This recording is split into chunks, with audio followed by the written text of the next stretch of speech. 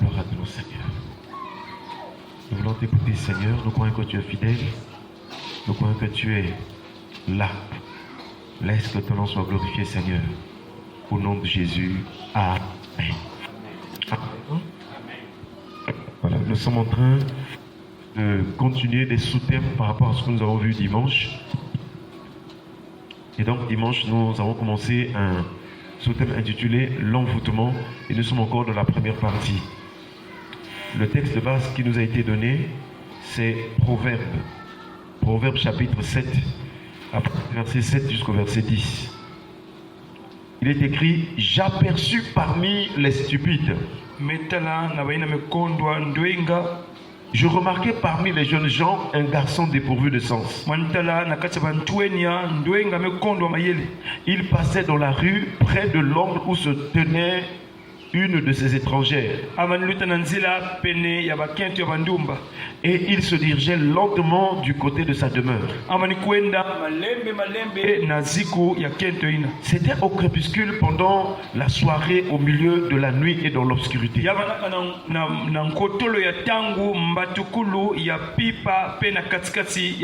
Et voici, il fut abordé par une femme ayant la mise d'une prostituée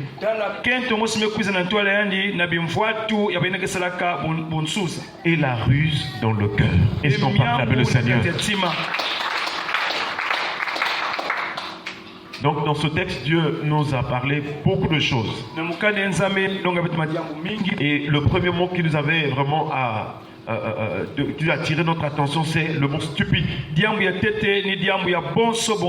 Et le deuxième mot, c'est cette la vie de cette femme qui était une femme étrangère.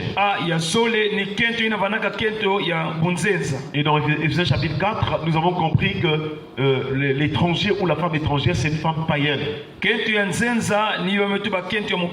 Et Paul dit, vous ne devez plus marcher comme les païens qui marchent selon la vanité de leurs pensées. Dieu nous a donc donné de comprendre que l'un des signes caractéristiques des païens, c'est la vanité des pensées. Et nous avons vu que la vanité, c'est le caractère de quelque chose qui est frivole, qui n'est pas sérieux. Et donc ce soir, nous continuons dans cette même pensée. La vanité des pensées. C'est une des caractéristiques qui vraiment influe sur la vie de beaucoup de gens. Et ce soir, nous avons un texte que nous voulons lire. Psaume 4. Et nous lirons le verset 3.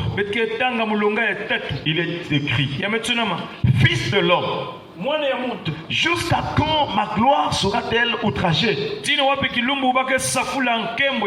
Jusqu'à quand aimerez-vous la vanité? Chercherez-vous le mensonge? Est-ce qu'on peut acclamer le Seigneur? Ce texte montre encore qu'est-ce qui domine parmi les hommes. Quand on dit fils de l'homme dans ce contexte, ce sont les hommes. C'est l'humanité.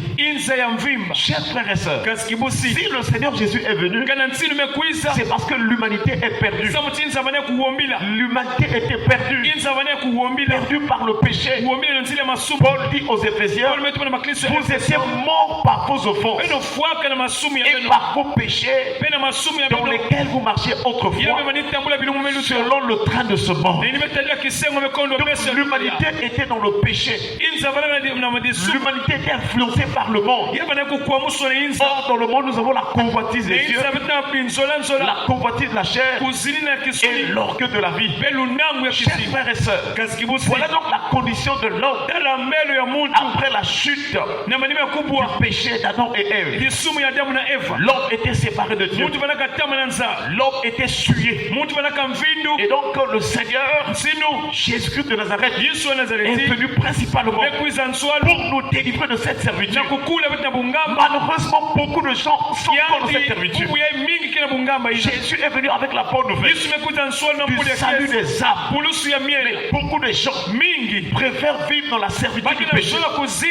Chers frères et sœurs, le salaire du péché c'est la mort. C'est le temps d'ouvrir notre vie. C'est le temps de se donner au Seigneur. C'est le temps de quitter la vie de péché. Et pour sortir de cette vie de péché, il n'y a qu'une piste, il n'y a qu'un chemin, il n'y a qu'une voie, il n'y a qu'une seule porte, il n'y a qu'une seule personne. C'est la personne de Jésus-Christ. Alléluia. Est-ce qu'on peut acclamer le Seigneur? Nous prions que ce soir que Dieu te délivre de la vanité. Et dans ce texte de psaume, la Bible nous montre quels sont les éléments qui caractérisent la vanité parmi les hommes. Psaume 4 verset 3. Il dit, fils de l'homme, jusqu'à quand ma gloire sera-t-elle outragée? À cause de la vanité, sur les pensées, les hommes sont en train d'outrager. Outrager, ça veut dire insulter. Outrager, ça veut dire offenser gravement la gloire. Chers frères et sœurs, nous savons que Dieu est glorieux. Et lorsqu'il a créé les choses, il a revenu ce qu'il a créé de gloire. Même en termes de la nature, la Bible déclare les cieux racontent la gloire de Dieu et l'entendu manifeste l'œuvre de ses mains. Chers frères et sœurs, nous voyons que l'homme, à cause de la vanité des pensées, est en train d'offenser gravement. Il est en train d'injurier les choses que Dieu a créées et aussi même la personne de Dieu. Chers frères et sœurs, beaucoup d'hommes et des femmes sont en train d'ignorer le châtiment, le jugement qui arrive. Beaucoup d'hommes et des femmes sur cette terre sont en train d'ignorer les conséquences de l'enfer, les conséquences, les châtiments qui vont se... Mais pour nous qui avons la grâce d'écouter la parole, c'est le temps de nous donner totalement à lui. Alléluia. Alléluia. C'est le temps de nous humilier et de nous abandonner totalement. Est-ce que dans ta vie, tu as encore les injures, tu as encore les insultes? Qu'est-ce qui se passe dans ta langue, dans ta bouche? Quels sont les péchés au niveau de ta langue? Chers frères et sœurs, est-ce que toi tu outrages la gloire de Dieu? Est-ce que toi aussi tu es en train d'offenser, d'attrister le cœur de Dieu à travers ton langage? Chers frères et sœurs, beaucoup sont en train d'outrager la gloire de Dieu. Dans 2 Pierre chapitre 2 le verset 10, il est écrit 2 Pierre chapitre 2.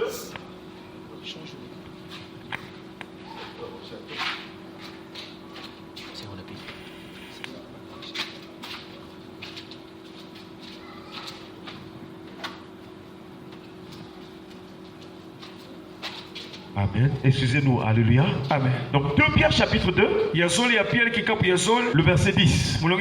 Ceux surtout qui vont après la chair, dans un désir d'impureté, et qui méprisent l'autorité, audacieux et arrogants, ils ne craignent pas d'injurier les gloires. Est-ce qu'on peut acclamer le Seigneur? Tous ces textes-là nous montrent lorsqu'une personne a des vaines pensées. Lorsqu'une personne est animée par la vanité des pensées, alors il outrage la gloire de Dieu. Et il est audacieux. Cette personne est audacieuse. Elle est arrogante. Et elle ne craint pas d'injurier les gloires. Nous l'avons déjà rappelé que Dieu manifeste sa gloire dans la création. Et dans la création, nous voyons aussi que l'homme fait partie de la création. Donc lorsque tu insultes une personne, parce que l'homme, dans 1 Corinthiens chapitre 11, le verset 7, il est écrit, l'homme ne doit pas se couvrir la tête, puisqu'il est l'image et la gloire de Dieu. Est-ce qu'on peut acclamer le Seigneur? Tandis que la femme est la gloire de l'homme. Ce texte dit que l'homme est l'image et la gloire de Dieu. Lorsque tu insultes un homme, lorsque tu insultes une personne, puisque cet homme-là est l'image et la gloire de Dieu, alors c'est Dieu que tu as outragé. Voilà pourquoi les enfants de Dieu ne doivent pas être dans les insultes, les injures. Les injures viennent des démons. Si toi tu as l'habitude d'insulter les gens, sache que tu es animé par les démons. La bouche d'un enfant de Dieu doit sortir des paroles d'édification. La langue d'un enfant de Dieu doit communiquer une grâce. Cette bouche doit libérer des paroles qui pousseront les gens à rendre grâce au Seigneur. Fais attention d'insulter les gens. L'homme est l'image et la gloire de Dieu. Lorsque tu insultes l'homme, lorsque tu méprises l'homme, sache que c'est Dieu que tu es en train d'insulter. Et tu as des conséquences graves. Chers frères et sœurs, il dit ceux surtout qui vont après la chair dans un désir d'impureté. La vanité des pensées pousse les gens à être charnels et avoir des désirs impurs. Qu'est-ce que tu ressens en toi, dans tes pensées, dans ton cœur? Qu'est-ce que tu ressens? Qu'est-ce que tu sens? À quoi ton cœur est dirigé? Alors si tu es encore charnel, c'est le temps de demander pardon au Seigneur. Parce que la chair ne saurait plaire à Dieu. Les désirs de la chair ne sauraient plaire à Dieu. Chers frères et sœurs, le but du salut en Jésus-Christ, c'est aussi de nous délivrer des pulsions de la chair, des désirs de la chair, afin que nous ayons les désirs ou l'affection des choses de l'Esprit de Dieu. Que le Seigneur nous délivre ce soir de tout désir charnel, qu'il nous délivre de l'impureté, qu'il enlève dans notre conscience les pensées impures, qu'il délivre notre langue des insultes, des injures. Aujourd'hui, chers frères et sœurs, même dans les foyers, quelquefois c'est la femme qui insulte l'homme, elle insulte les enfants. Quelquefois c'est l'homme qui insulte la femme, qui insulte les enfants. Chers frères et sœurs, chaque fois que tu insultes quelqu'un, tu t'attires des démons. Tu es soumis aux démons. Et Jésus a dit aux Juifs qui contestaient son autorité, il leur dit, vous avez pour père le diable et vous voulez accomplir les désirs de votre père. Lorsque tu commets une action qui est vraiment, donc la source est Satan ou les démons, spirituellement tu acceptes d'être l'enfant du diable. Nous prions que Dieu puisse réformer notre vie, qu'il puisse réformer nos voies, que le Seigneur nous donne de quitter les désirs d'impureté, que le Seigneur nous donne de quitter les insultes. Chers frères et sœurs, nous prions ce soir que le Seigneur délivre notre langue et notre bouche au nom de Jésus. Est-ce qu'on parle avec le Seigneur? Chers frères et sœurs, la deuxième chose que nous voyons dans ce texte de 2 Pierre chapitre 2 verset 10, c'est que la Bible déclare non seulement que ces personnes marchent dans un désir d'impureté à cause de la chair, mais la Bible déclare que ces personnes-là, elles méprisent l'autorité. Chers frères et sœurs, Dieu définit l'autorité de plusieurs manières dans sa parole. Et donc nous voyons dans la marche ou dans le ministère de Jésus, Jésus a manifesté l'autorité. De par ses œuvres, il a enseigné l'autorité. Dans Matthieu chapitre 7, le verset 29, la Bible déclare, car il enseignait comme ayant autorité, et non pas comme leurs scribes. Est-ce qu'on parle avec le Seigneur? Ce texte nous montre que donc par la prédication, par l'enseignement, par la parole, le Seigneur voulait enseigner l'autorité. Et donc la parole de Dieu révèle l'autorité. Ou encore on peut dire l'autorité de la parole.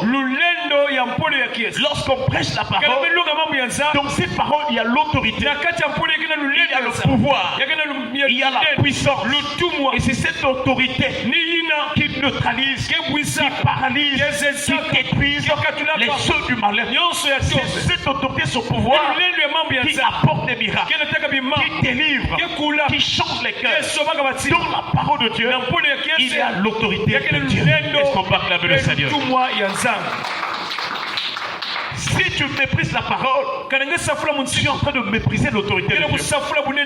Chers frères et sœurs, lorsque nous venons dans la maison de Dieu, lorsque nous sommes à l'écoute de la parole, notre cœur doit être disposé et rempli de joie de recevoir la parole comme la parole même de Dieu. C'est-à-dire que pendant que tu écoutes la parole, tu dois te dire que c'est Dieu qui me parle.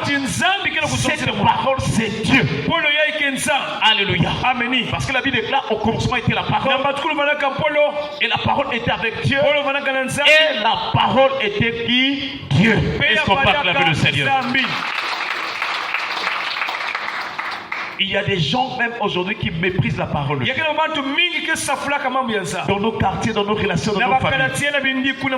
Il y a même des gens quand ils nous voient aller à l'église, ils pensent que nous n'avons rien à faire. Ils pensent que nous sommes sans valeur. Alors ils nous méprisent. Ils ne savent pas que nous avons choisi la bonne parole. Une personne qui va à l'église pour écouter la parole a fait un bon choix. Et l'autorité de cette parole va apporter un changement, va apporter la délivrance, va apporter la puissance dans la vie de quiconque croit. Que la parole de Dieu te donne la puissance ce soir au nom de Jésus. Que l'autorité de la parole te communique le pouvoir au nom de Jésus. Que la puissance de la parole de Dieu agisse en toi. Lorsque tu parleras, que cette puissance, que ce pouvoir s'exprime et que ce pouvoir puisse anéantir, paralyser toute la puissance des démons. Chers frères et sœurs, si tu as l'autorité de la parole, si tu as la parole en toi, lorsque tu prieras, cette parole va s'exprimer. Lorsque tu lèveras la voix, la parole va commencer à agir pour aplanir les montagnes. La parole va renverser les murailles. La parole va briser les obstacles. La parole peut courir jusqu'à aller là où se trouve une prison spirituelle pour renverser les problèmes des prisons spirituelles au nom de Jésus. Alléluia. La Bible déclare il envoyait sa parole et sa parole est guérie. Parce que la parole a l'autorité, le pouvoir, c'est la guérison. Reçois ta guérison ce soir au nom de Jésus. Alléluia. Amen. Dans Marc chapitre 11 verset 28, il est écrit, et il lui dit, par quelle autorité fais-tu ces choses? Et qui t'a donné l'autorité de les faire? Donc Jésus faisait des miracles. Et les Juifs avaient compris que pour faire des miracles, il faut un pouvoir spirituel. Il faut une autorité qui soit au-dessus de tout. Et il pose la question à Jésus, par quelle autorité et qui t'a donné cette autorité? Ils savaient que pour faire des miracles, pour chasser les démons, pour guérir des maladies, sans piqûre, sans seringue, sans médicaments, pour opérer ces miracles, il faut l'autorité, il faut le pouvoir. Et ils ont posé la question, chers frères et sœurs, si tu crois en la parole, si tu crois en Jésus, alors cette autorité, ce pouvoir Des miracles seront ton partage. Car Jésus a dit, voici les miracles qui accompagneront tous ceux qui auront cru en mon nom. Ils chasseront les démons. Ils imposeront les mains aux malades. Les malades seront guéris. S'ils boivent quelques breuvages mortels, il ne leur fera pas de mal. Reçois tes miracles au nom de Jésus. Que ces miracles te suivent au nom de Jésus. Partout tu iras. Que tu sois à l'école, que tu sois au travail, que tu sois au marché, que tu sois de la famille. Que la puissance des miracles te suive au nom de Jésus. Que la parole de Dieu opère des miracles dans ta vie. Chers frères et sœurs, voilà ce que nous devons chercher. L'autorité, le pouvoir, la parole de Dieu. Regardez combien des gens sont en train de mourir à l'hôpital, par les accidents, par toutes sortes de moyens. Il y a des démons sur cette terre qui sont en train de ravager. Mais ces démons-là usent de leur autorité, de leur pouvoir démoniaque. Voilà pourquoi nous aussi, nous devons recevoir la parole. Nous devons mettre notre foi en la parole. Afin que l'autorité de la parole nous donne le pouvoir de chasser les démons. Alléluia. Que tout esprit démoniaque contre ta vie sorte et libère au nom de Jésus. Que tous les mauvais vents, que toutes les puissances qui te poursuivent soient anéantis par la puissance de la parole de Dieu. Alléluia. Partout tu iras. Que la parole de Dieu soit manifeste en toi. Voilà pourquoi, dans toutes les situations, dans toutes les circonstances, tu dois prononcer la parole. Il est écrit, il a été dit. Alléluia. Ainsi parle l'Éternel. Tu dois déclarer dans toutes les situations de ta vie. Prononce la parole. Déclare les promesses de l'Éternel. Alléluia. Même si on t'attaque, tu peux déclarer des paroles en disant je ne serai pas à terre. Alléluia. Car il est écrit que 1000 tombent à ton côté, 10 000 à ta droite, tu ne seras pas à terre. Est-ce qu'on va acclamer le Seigneur? Chers frères et sœurs, toujours nous sommes sur l'autorité de la parole. Philippiens chapitre 2 verset 21. Donc nous voyons dans ce texte, la Bible déclare qui transformera le corps de notre humiliation en le rendant semblable au corps de sa gloire, par le pouvoir qu'il a de s'assujettir toutes choses. Est-ce qu'on peut acclamer le Seigneur? L'autorité, le pouvoir, la parole de Dieu. L'autorité, le pouvoir de Jésus-Christ qui est la parole est capable de transformer. Et ce texte montre qu'au départ, Dieu a créé l'homme très bon. Mais après la chute, il y a eu des malformations. Il y a eu des déformations qui sont rentrées dans l'humanité. Et la vie humaine connaît maintenant des défauts, des malformations, des douleurs, des situations difficiles. Mais si tu mets ta confiance en l'autorité de la parole est capable de te transformer. Là où tu avais des infirmités, là où tu avais des maladies, là où tu avais des douleurs, là où ça ne marchait pas, là où tu étais courbé, la parole est capable de te redresser. Alléluia. Ce jour-là, Jésus est rentré sur la synagogue. Une femme était courbée depuis 18 ans. Elle ne pouvait pas se redresser. Elle était infirme. Mais la Bible déclare c'était un démon qui la rendait infirme. Je ne sais pas dans ta vie, dans quel domaine tu es courbé. Est-ce que c'est le domaine du travail? Est-ce que c'est le domaine du mariage? Est-ce que c'est le domaine de la prière? Où tu es courbé? Ça ne marche pas. Tu n'arrives pas à te redresser. Tu n'arrives pas à prospérer. Tu n'arrives pas à avancer. Tu n'arrives pas. Chers frères et sœurs, cette femme était fidèle à l'écoute de la parole. Et ce jour-là, Jésus est rentré. Nous prions que ce soir soit ton jour. La présence de Jésus en fait. Que cette présence voie ton cas, voie ta situation, voie ton problème. Dès que Jésus est rentré, il dit femme, tu es délivrée de ton infirmité. Est-ce qu'on peut acclamer le Seigneur? Chers frères et sœurs, quel que soit ce qui était courbé, ce soir le Seigneur te redresse. Quel que soit là où tu étais tombé, le Seigneur te soutient. Il te relève. Ce soir, que ta vie soit relevée, que ta vie soit redressée, que là où tu étais faible, le Seigneur te communique la force. Là où tu étais dans les échecs, reçois le succès, la réussite. Là où tu n'avais pas la force de prier, reçois la force, reçois l'onction, reçois la puissance. Sois un homme, une femme de prière au nom de Jésus.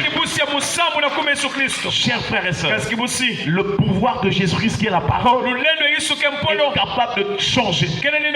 Là où tu étais maladroit, il va commencer à te mettre de faire des choses excellentes. On s'est moqué de ta vie depuis des années. Tu n'avais pas un nom. Les gens te rejetaient. Les gens te méprisaient. Le pouvoir de Jésus, la parole de Dieu, est capable de changer le corps de ton humiliation. Là où tu étais humilié, là où tu étais dans l'opprobre, là où tu étais pauvre, là où tu étais infirme, le pouvoir de la parole est capable de te changer. En te prenant là où tu étais, dans la bassesse, pour t'élever dans la gloire. Alléluia. Chers frères et sœurs, ta vie changera. Ta condition changera. Un jour, les gens vont te dire, est-ce que c'est un tel? Le frère est devenu comme ça. La soeur est devenue comme ça. Le papa est devenu comme ça. La maman est devenue comme ça. Chers frères et sœurs, crois seulement à la parole. Mets-la en pratique. Sois fidèle à l'écoute de la parole. La parole va te changer. Il déclare qu'il a le pouvoir de s'assujettir toutes choses. Il a le pouvoir de soumettre toutes choses à ta domination. Même s'il y avait un géant qui était assis sur ta vie, Jésus ce soir est en train de soumettre ce géant, cette domination, cette autorité, cette puissance, cet esprit méchant. Jésus est en train de le soumettre à sa domination au nom de Jésus. Alléluia. Amen. Chers frères et sœurs,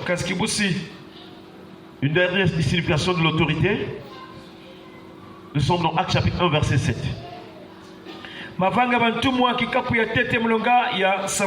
Il leur répondit, ce n'est pas à vous de connaître les temps ou les moments que le Père a fixés de sa propre autorité. Est-ce qu'on parle le Seigneur? L'autorité du Père, dans sa souveraineté, il y a des choses qu'il a fixées.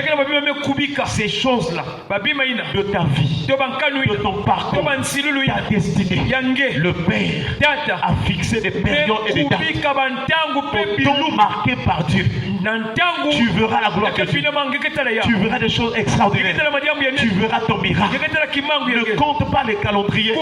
Ne t'habitue pas au calendrier des hommes. Il y a un calendrier spirituel pour toi. Il y a un calendrier spirituel pour ta vie. Et dans ce calendrier, le Père a fixé les choses de sa propre autorité. Le jour de ton mariage est dans ce calendrier. Le jour de ton voyage est dans ce calendrier. Le jour de ta victoire est dans ce calendrier. Le jour où l'Éternel te mettra au large est dans ce calendrier. Mais c'est un calendrier qu'aucun homme peut connaître. C'est un calendrier. Donc les heures, les jours, les semaines, les mois, les années sont entre les mains du Tout-Puissant, le Père. Alléluia. Amen. Voilà pourquoi quand les choses vont se manifester, les gens seront étonnés. Personne ne peut connaître ce que Dieu a fixé de sa propre autorité pour ta vie. Laisse les gens parler contre toi. Laisse les gens t'abandonner. Crois en Dieu. Il est le Père, le Fils et le Saint-Esprit. Il a fixé les choses de sa propre autorité. Même là où le médecin va dire que toi là c'est fini, ça ne marchera pas. Ce que le Père a fixé de sa propre autorité te conduira à réussir et à vivre la gloire de Dieu. Voilà pourquoi avec Dieu, il faut espérer. Même quand tu es resté seul, il faut persévérer. Il faut espérer. Chers frères et sœurs, Bartimée avait avait l'espérance. Les gens l'avaient négligé. Les gens ne voulaient même pas qu'il cherche son salut. Mais il a persévéré. Et le Seigneur l'a délivré, l'a guéri. Alléluia. Moi, en tant que pasteur, je ne connais pas ce temps-là. Mais j'aimerais te rappeler, il y a des choses que Dieu a fait de sa propre autorité pour ta vie. Et ces choses vont s'accomplir au temps marqué par le Père. Est-ce qu'on peut acclamer le Seigneur? Que Dieu nous aide à croire et à vivre la puissance de son autorité. Que Dieu nous donne un cœur qui mette notre foi sur l'autorité de la parole de Dieu. C'est cette parole qui a créé les cieux et la terre. Mets ta confiance sur la parole. Tu verras des signes, des miracles, des prodiges. Chers frères et sœurs, Dieu est la vérité. Il ne ment point. Si tu as la foi, tu verras la gloire de Dieu. Si tu as la foi, ta situation changera. Si tu as la foi, tu te marieras. Si tu as la foi, tu verras des miracles, des signes, des prodiges. Si tu as la foi, lorsque tu élèveras la voix, tu verras la réponse à tes sujets de prière. Parce que Dieu est la vérité. Compte sur l'Éternel. Espère en lui. Mets ta foi en lui. Mets ta confiance en lui. Aime l'Éternel Dieu Tout-Puissant. Baissez nos têtes dans la prière. Nous allons